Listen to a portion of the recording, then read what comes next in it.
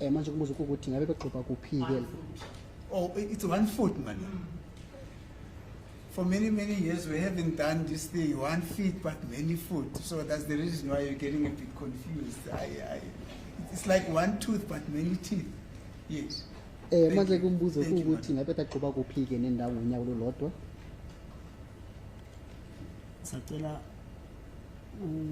understand ubuza lo wayengqobe kuma hand cover noma laba bengqoba umzimba wonke.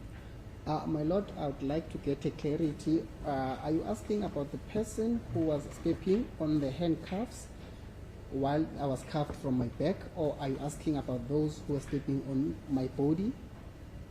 Oh, you've just answered. So these others were stamping you with their foot on your body. Basho ukuthi ke abanye laba abanye babo kade beqopha la kuwena kunyathela emzimbeni wakho. Oh, angibazi babengqoba ngenyawo enga ngoba ngangibozwe ebusweni ngeplastic. So angazi babengqoba ngenyawo zombili noma ngolodwa. Kodwa ngangizwe ukuthi ngixoxwa ngenyawo ngoba unyawo uyaluzwa malihlala emzimbeni. I wouldn't be able to tell whether were they stepping on me with 1 foot or maybe with both their feet or not, simply because of they had covered my face with a plastic and my head. So they And were I did stamping not you see that. with those foot on your body, So all over your body. So kade bekunyathela la kuwena ke emzimbeni wakho. Yeah. Yes. Thank you. You may then proceed. Ungaqhubeka ke mnumzana? Bese mabengiyela bathi kunabantu abafuna ukukhuluma nami. When they stopped, they then informed me that there are some people who would like to speak with me. Yes. So ngiye ngasukuma phansi bangithatha bangisa kubo laba abantu. They then lifted me from the ground, and then after they had lifted me from the ground, they then from the floor, they then took me to those people. Now, were these people in the same building but in a different office, or were they the same room where this incident was happening? Manje kumbuzo ukuthi ngabe abantu laba kade bekimixa kubona ke ngabe kade bekhona ngaphakathi kwegumbi elilodwa ke la kade konke lokhu senzakala khona noma kade bengaphansi kulinye ke igumbi? Lelo kwelinye igumbi. They were on a different room, no office. Thank you. May proceed. Mangifika kulaba abantu laba babeyi4. When I arrived at those people, there were 4 in numbers. Yes. So basho ukuthi uSibiya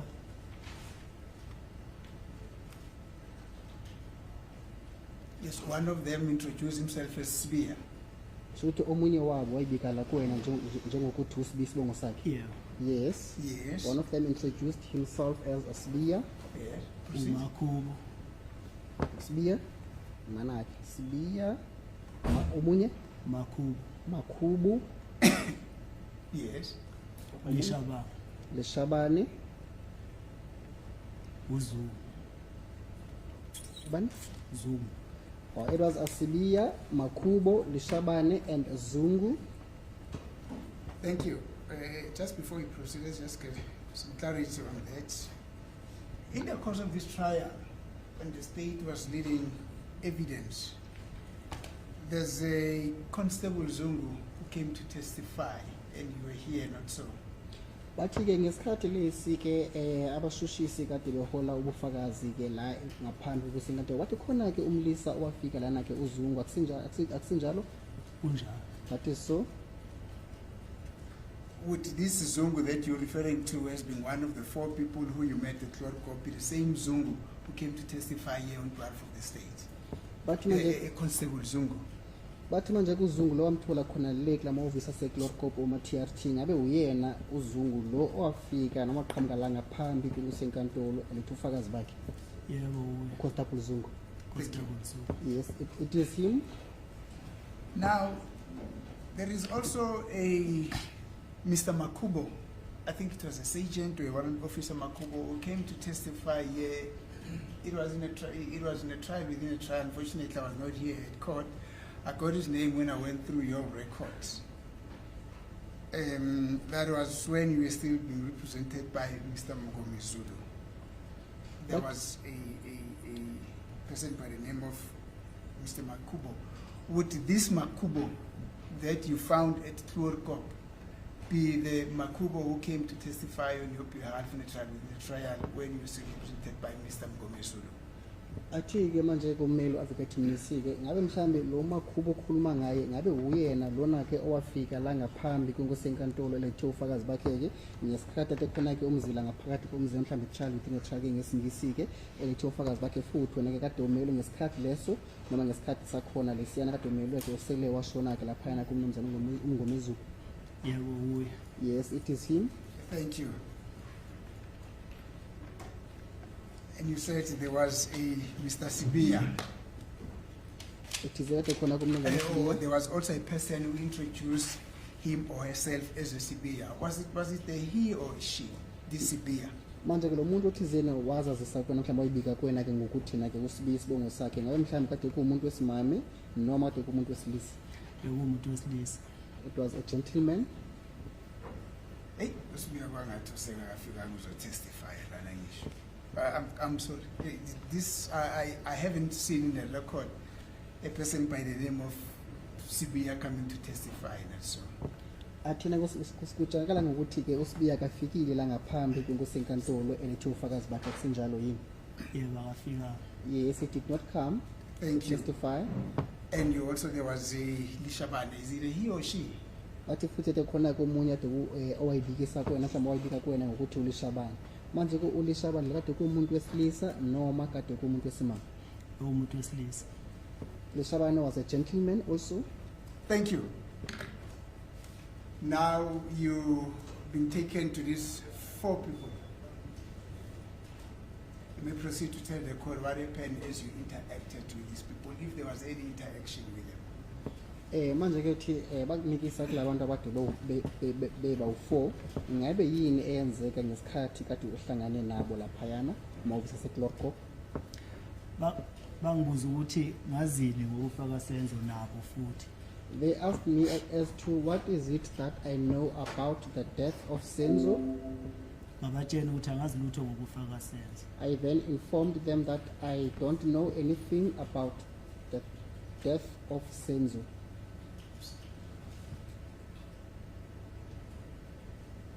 Thank you.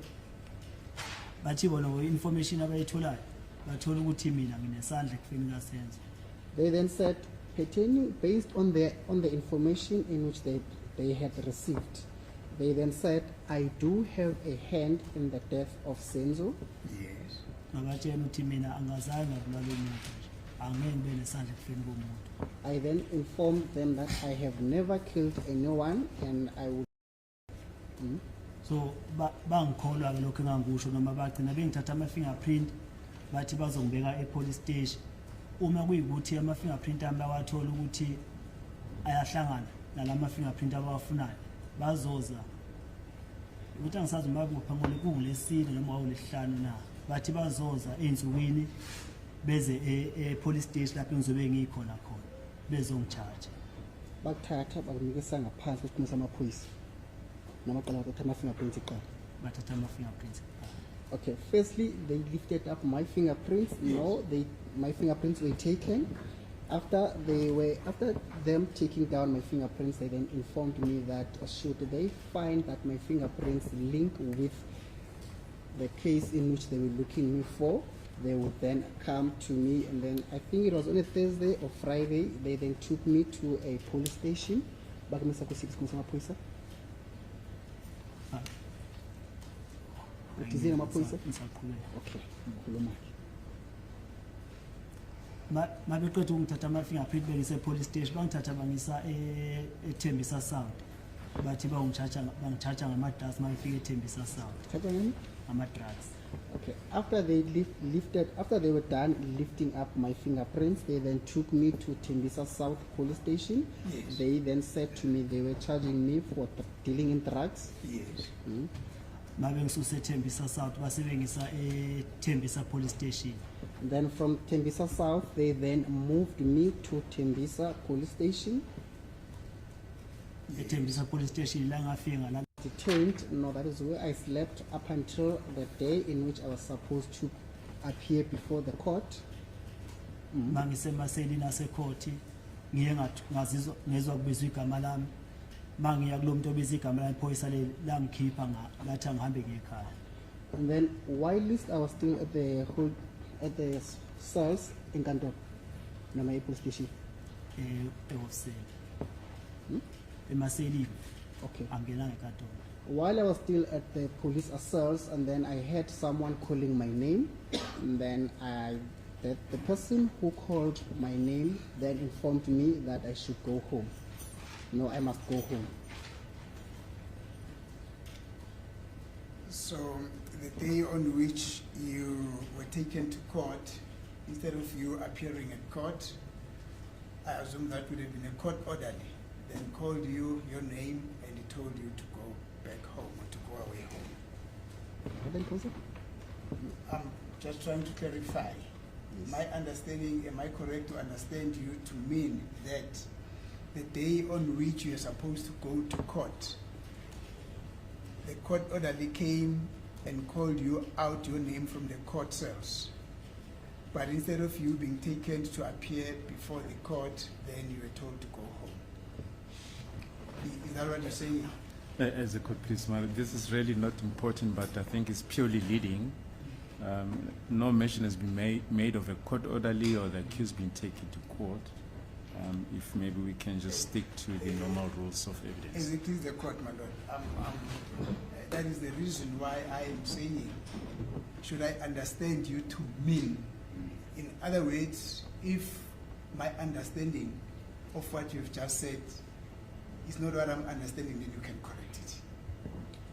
Actually, kumele mangabe mhlambe ngendlela akuzufise ngayo kuyona ke indlela eqondile wena bofisa ukuthi akuzufise ngayo kumele ukuthi umlungise lapho ke uthize ngesikhathi bolapha ke emaseleni kwaqhamuka iphoyisa ke lakubiza ngesikhathi lebelibiza ngalo belingabiza ukuthi uqhamuke ngaphambi kwenkosi yenkantolo kepha ke lakubiza ukuthi lakudedela wahamba wayekhaya noma kwenze kanjani Langibiza ngaphuma eselini la ungikhipha ngendlela ephuma lathi angihambe ngekhaya angazi ngize ngihambe ngiye court. When the police officer called my name, he called my name, no, she called, the police officer called my name, and then during that time, the police officer then informed me that he then took me with a different path, route, and then that is where the police officer informed me that I should go home, and I did not appear before the court on that day. And then you went home. Yes, Ngahamba ngekhaya. yes, I then went home. That is basically how you got released after having been detained by Ms. Baloyi and Mr. Mdawu and the policeman who was driving the Kumbi after having been taken to Chlorgop, not so. Bathi kwenza njalo kuzogcina bekudedela ke bekhambisekini ngemuva ukuthi ngoboshweke uBaloyi uMdawu futhi nomshayeli wekhumbi lapha kade bekubophile ngesikhathi behlezi duze nesitolo. Sacela ungiphindela bamisa. Can you please repeat again? I'm saying that is basically how you got released from detention after you had been arrested by Ms. Mdawu, by Ms. Baloyi and Mr. Mdawu, who came to arrest you in that in the Kumbi when you were at Tembisa. Not so.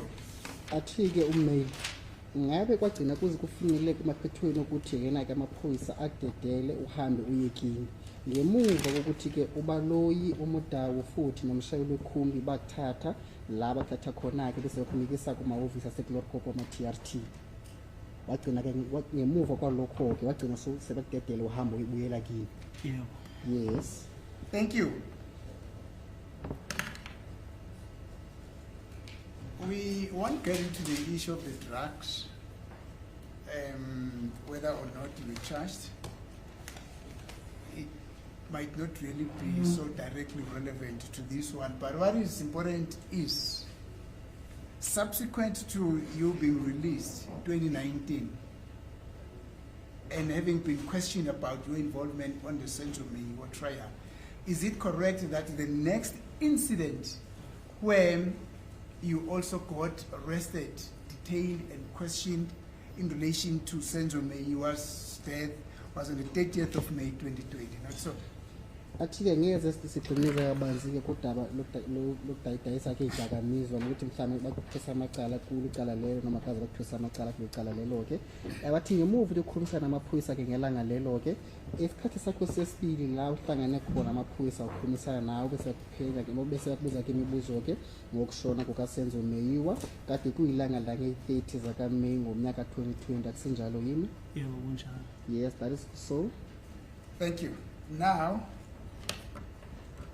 you had already given a version in the trial, within the trial, on what transpired, how you got arrested, what happened on the 30th of May 2020. Bathi bosokushilo lokho ukuthi ngabe mhlawumbe yini eyenzeka ngesikhathi kade khona kumzila ngaphakathi komzila mhlawumbe trial within trial ngesingisi ukuthi kwenzeka kanjani ukuthi wena gcina uboshwa ngelanga lange-30 zakaMeyi ngonyaka 2020. Yeah. Yes.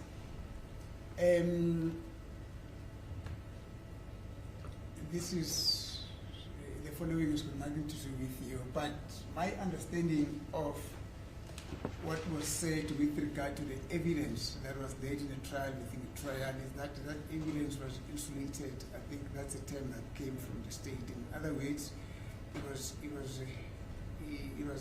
some kind of evidence that should not go beyond. In other words, we could not use that evidence that you turned out in the trial, within the trial, in the main trial. That was my understanding. I don't know if my understanding was correct. The state can assist me and my colleagues as well. Bathi khona kodwa abangathanda ukuthi abozakwabo futhi nethimba labashushizi bamlekelele ngobufakazi bakho kade ubulethile ngesikhathi khona kumzila ngaphakathi komzila ngoba bathi zika kumele ukuthi bahole ubufakazi lobo ngaphakathi kwicala elikhulu. The reason for this, my lord, is simply because if then my understanding is correct, as Mr. Ramusipili is confirming, then we will have to go to that evidence as well, because it's evidence that will be relevant now in the main trial.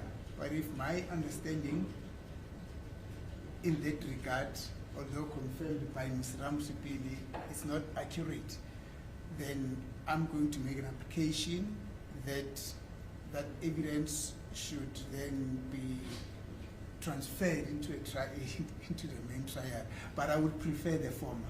Thank you, my lord. Athi-ke noma mhlawumbe umnumzane uRamsepisi kavuma lokuthi yebo kwenzeka lokho kodwa kukhuluma kumeli kepha kucela ukuthi ufakazi lokho obulethile ngesikhathi kade khona kumzila ngaphakathi komzila shuthi trial ngesingisi-ke uthi uthumeli kumele uzoyenza-ke isicelo sokuthi ufakazi lokho obulethile ngesikhathi lisana-ke buhambisane nofakazi lokho uzobuletha manje ngaphakathi kwecala. I see silence means consent. It means I can get into that evidence. Thank you, my lord. Now, on the 30th of May, you told this court in a trial, within a trial, that you were at Tembisa again also. Bathi ngesikhathi khona-ke trial within a trial watshela inkosi yenkantolo ukuthi kade usethembisa. Kunjalo? Kunjalo. That is correct. And you again got accosted. Now, the word accost is not right in this instance, because police do not accost. Police approach. It's only thieves and robberies accost, but police approach. You were then approached by policemen whilst you were standing at a particular shop with some of your friends. When, as I'm saying, you got approached by policemen. Athi-ke futhi na wabika-ke umbiko ukuwukuthi yona-ke walanda kwamaphoyisa ngesikhathi leso bophume phambi kwesitulo. Welcome to the fire where the stakes ignite, where the questions burn hotter than the night. No escape once you're locked in the heat. This is your trial on the hot seat.